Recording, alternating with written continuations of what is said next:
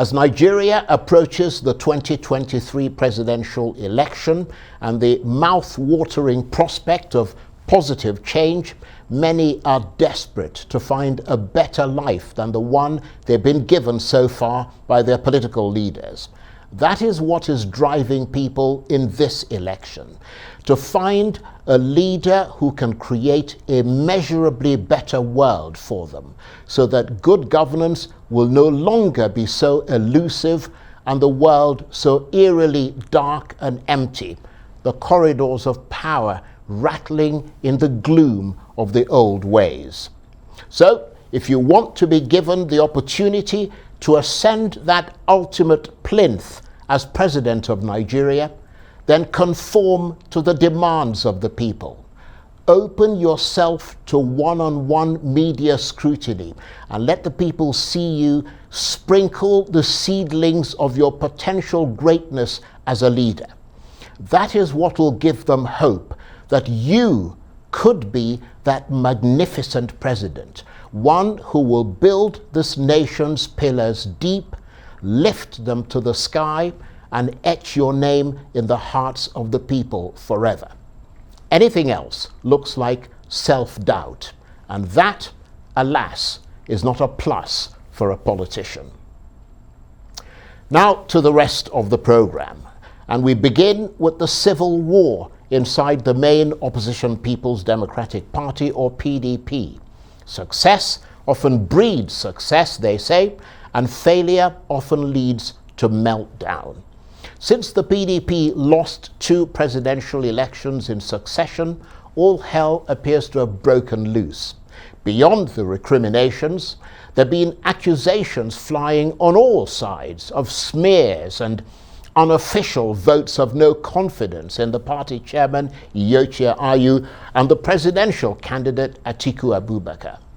But now, beyond the Nyesom Wike group and the harm they've inflicted so far on the image of the party, the PDP is also being assailed from within by a new threat, a group calling itself the PDP for Peter Obi.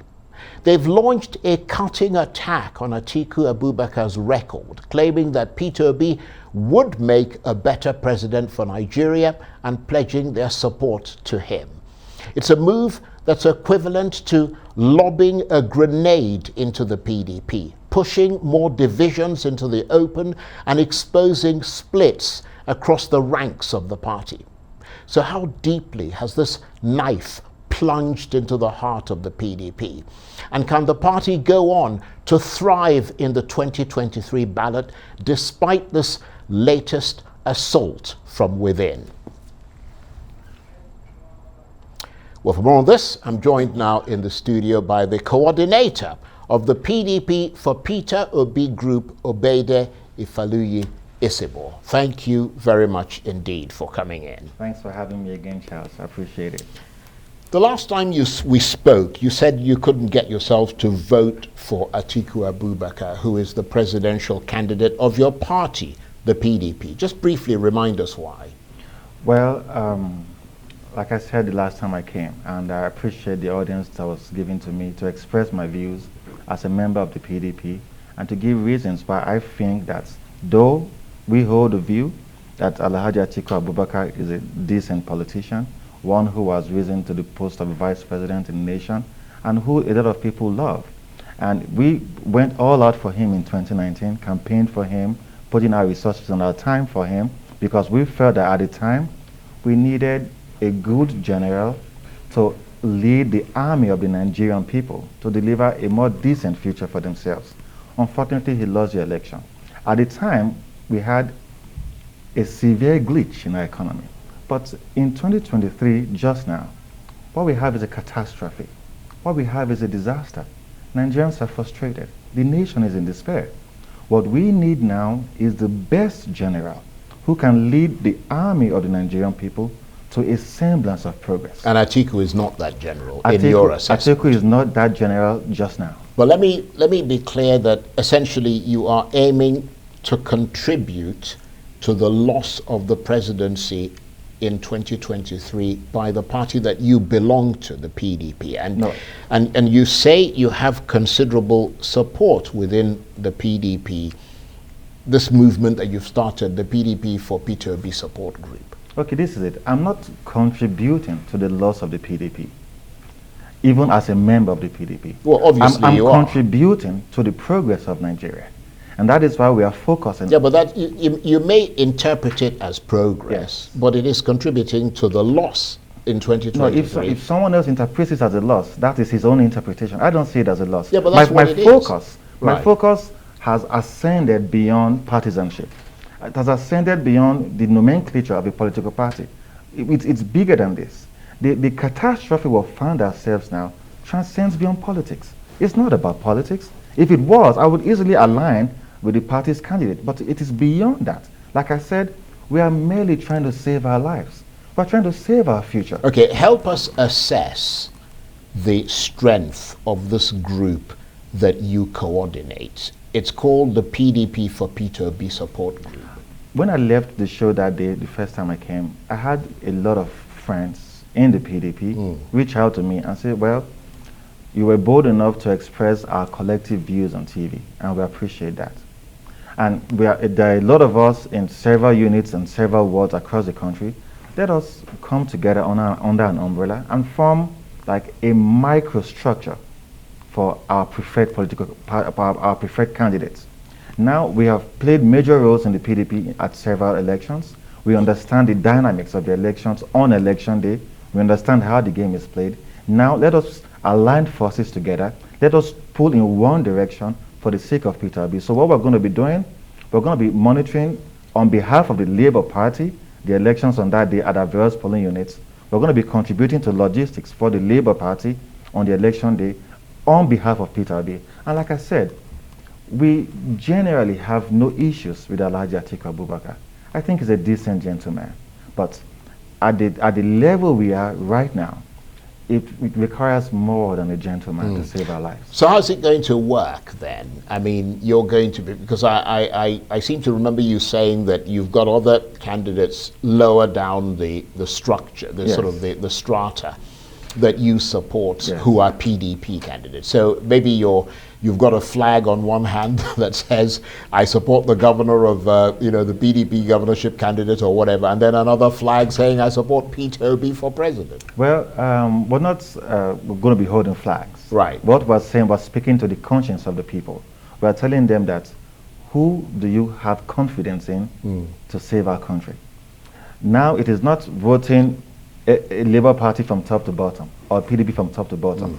Who are the individuals whose character you have interrogated, that you feel that, given the trust of the people, this man can deploy our resources for the benefit of the majority of the people? Not basically now, who is your party's candidate? Who do we have confidence in? Right. Have we examined his competence? Have we examined his character? Well, I'm going to come to why you've chosen Peter Obi in a minute, but it sounds like you've created an us and them situation within your party, the PDP. Do you mean us and them as in PDP members on your side who support Peter Obi and PDP members on the other side who support Atiku Abubakar? I would like to respond to that by saying that it is not really an us versus them thing. It is about a Nigerian thing. There are members of the APC, high-ranking members in the APC, who support Peter Obi, who we know have come out to say, yes, although we are members of the APC, but we do not have confidence in Bola Tinubu. We've seen very high-ranking members do that. And that is because we're seeing that, Charles, for the very first time in our nation's history. It has never happened, where we see politicians come out openly to endorse candidates of a different political party. That tells the world that 2023 is not a joke. We are not continuing politics as usual, because at the point where we are in dire straits as a nation. We're in a strait betwixt two. 2023 is going to determine if we're going to live our lives, if we're going to lose our lives. So it's not about politics right now. But let's just to be clear on that, your PDP for Peter Obi support group. Who are the people who are members? I mean, which bits of the PDP do they occupy? Are they across the board or sort of in a particular range? Oh no, they're across the board. These are ordinary members of the party. These are members who are holding ESCO positions in the party. These are some members who are in the National Working Committee of the party. These are some members who are in the BOT of the party. These are some members who are serving deputy governors.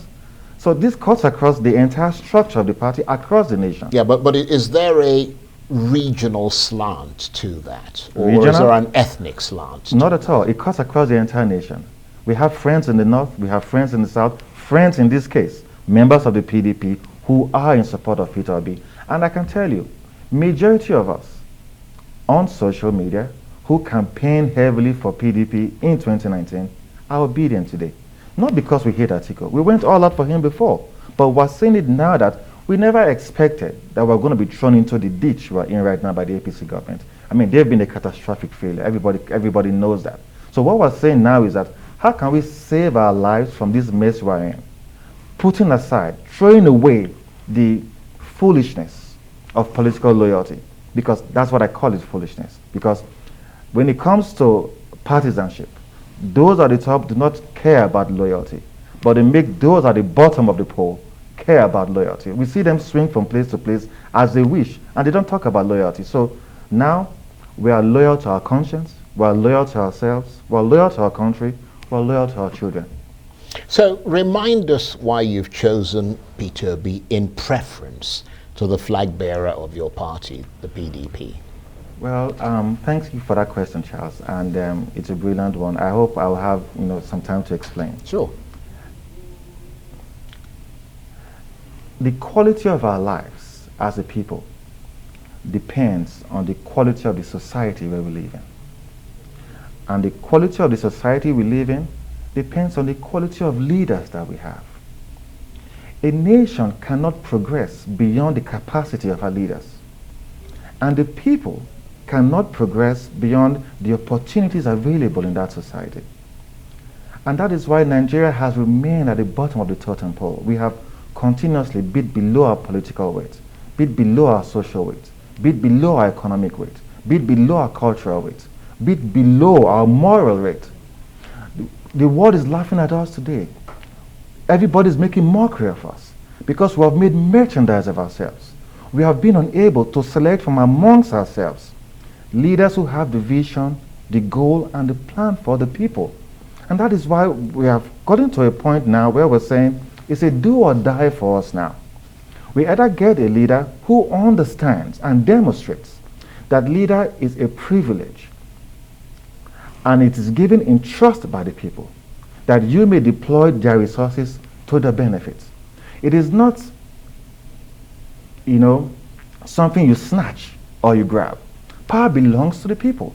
So we are demonstrating, or we are seeing a demonstration from Peter Obi that we can vouch for his competence. We can vouch for his character. We can vouch for his commitment. We study his lifestyle. We see that a man who doesn't waste his money will not waste our money.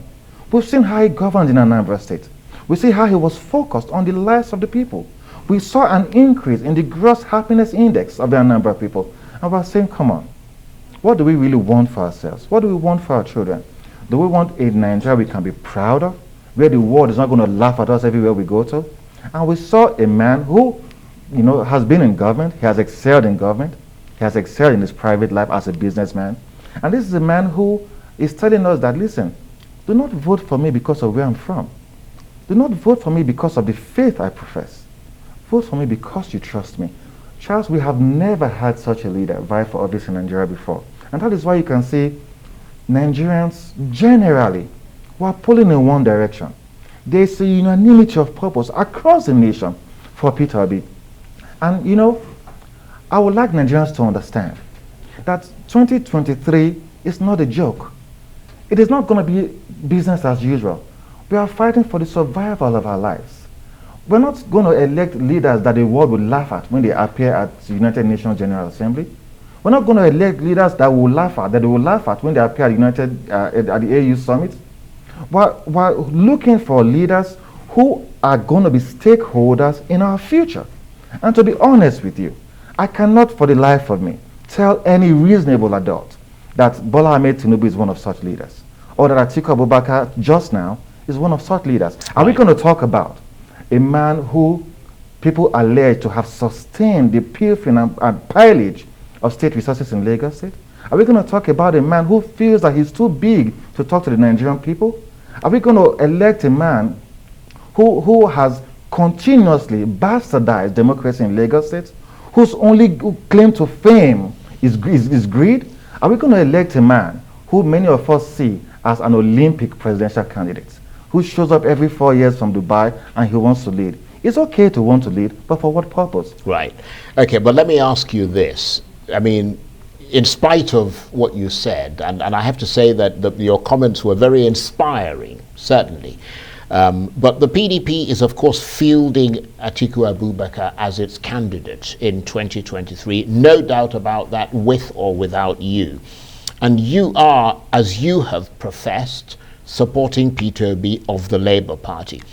Does that make the unity of the PDP going into 23 almost impossibly difficult?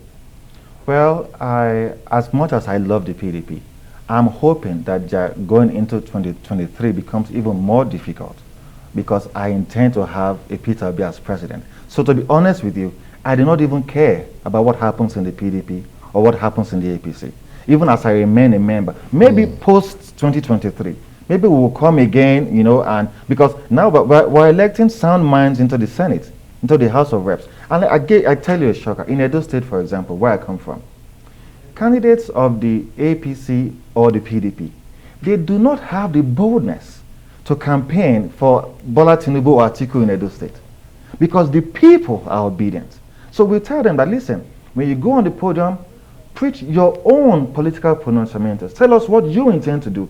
Do not talk about an Atiku for us. Do not talk about the but obviously they have the right to support they have the right to, but you see, you can't oppress them. No, we're not oppressing them. Okay. We are telling them because the people just have the power. And right. we're telling them, if you go against what our wish is, you're going to lose the election. It's going to cost you the election. Right. And they have no choice but to listen not that to there's the any people. threat against them. There are no threats, but they have to listen to those who they intend to lead. Right. And for you, of course, there's a dose of reality that tells you to not only do someone different in the presidential election, but to organize what some would see as a rebel group within the PDP. Some would say a group of traitors to essentially undermine the party and support someone else. Well, I appreciate whatever adjective anyone wants to use. I couldn't really be bothered about it.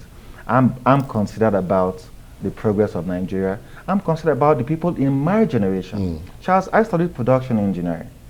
80% of those I studied with well over a decade ago are out of Nigeria today. They have left with their families with no intention of coming back. One would expect that every man wants to go back home because home is home. But there's no home to a lot of Nigerians today.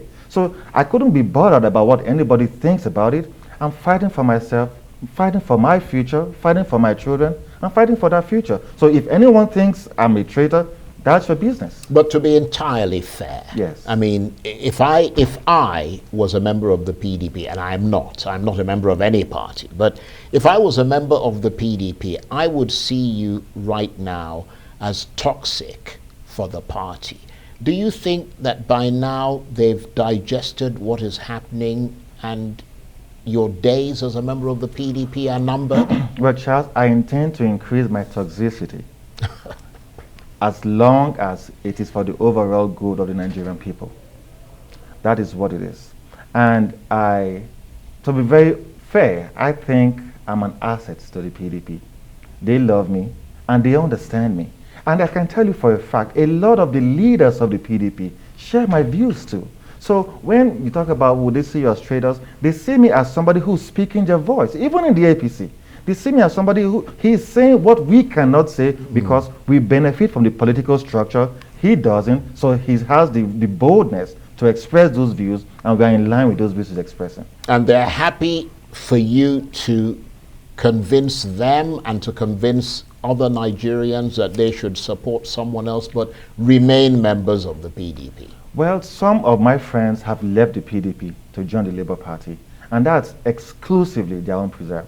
I don't intend to, and I don't foresee anybody pushing me out of the PDP, because many of us have played great roles in the PDP. We still do, even till today. We have campaigns going on in Edo State. Sadly, the PDP in Edo is having her own crisis, but notwithstanding, we would excel. But that is just on one side of it. They know that Ogbeide has an independent mind. And when it comes to what he has a strong belief in, he fights it to the end, and that's exactly what I'm doing. And I'm urging other Nigerians, many who are members of political parties, to join us in pulling in one direction.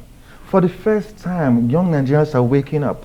For the first time, we are exorcising the ghost of division. We are exorcising the ghost of negative ethnicity. We are exorcising the ghost of needless religious bias. We are immunizing ourselves and consecrating ourselves against the diabolical machinations of our oppressors. But while you are lauding Peter Obi, you are aware that as you foster and deepen the crisis in the PDP, the Labour Party is also mired in its own constitutional crisis over a variety of things. List of candidates, continued membership of some core people in its presidential campaign council, allegations of forgeries, fraud, etc. Does that concern you at all, to the extent that the Labour Party is looking increasingly disorganized, and you could be going from the PDP's fire into from the frying pan of the PDP into the fire of the Labour Party? Well, I don't think the Labour Party is as disorganized as the APC or the PDP.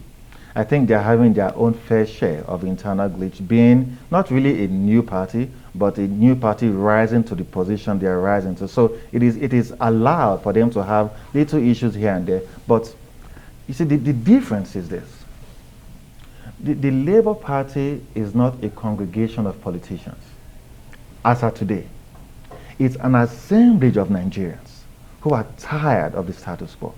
Because if Tinubu wins the election, APC wins. If Atiku wins the election, PDP wins. But if Peter Obi wins the election, Nigerians win. That's what is driving us crazy. Right. So we've got a couple of minutes left on the program. Really fascinating as always talking with you. But how do you think all this is going to carry through to 2023? I mean, beyond Atiku, we've also seen the shenanigans of Bola Ahmed Tinubu that you were talking about, of his team getting very prickly about any criticism of their candidate. Do you think the star of the older contestants is dimming, and that 2023 will likely be a repudiation of that star? Exactly what it's going to be. And I was so excited after the Chatham House show of Bola Tinubu. And to be fair to him, to be really fair to him, that was the most disgraceful outing of any presidential candidate since the return of democracy in 1999. It was beyond my imagination. How on earth could a man go for an interview and you have strange members of your team, many who have no experience in the questions asked, and his supporters gleefully cheered him on? And I was wondering, are we children of a lesser God? What offense have we committed as Nigerians that we keep electing the weakest amongst us to lead us? That is why we have made no progress. And I was amused to see the level of discourse some were having. Some intellectuals trying to argue, oh, that was his team, that was his style. Are you kidding me? In the today of our lives, where we have people, want to express their views because they're seeking for political office, and so they're submitting themselves, they're subjecting themselves to interrogations from their people. But we have people telling us that they are too big to talk to the Nigerian people. We are going to show them on election day who has the power. Okay. Well, on that note, I want to thank you very much indeed for taking the time to come in to talk to us. And Ogbeide Ifaluyi-Isibor is the coordinator of the PDP for Peter Obi Group. Thank you very much indeed. Thank you, sir, for having me.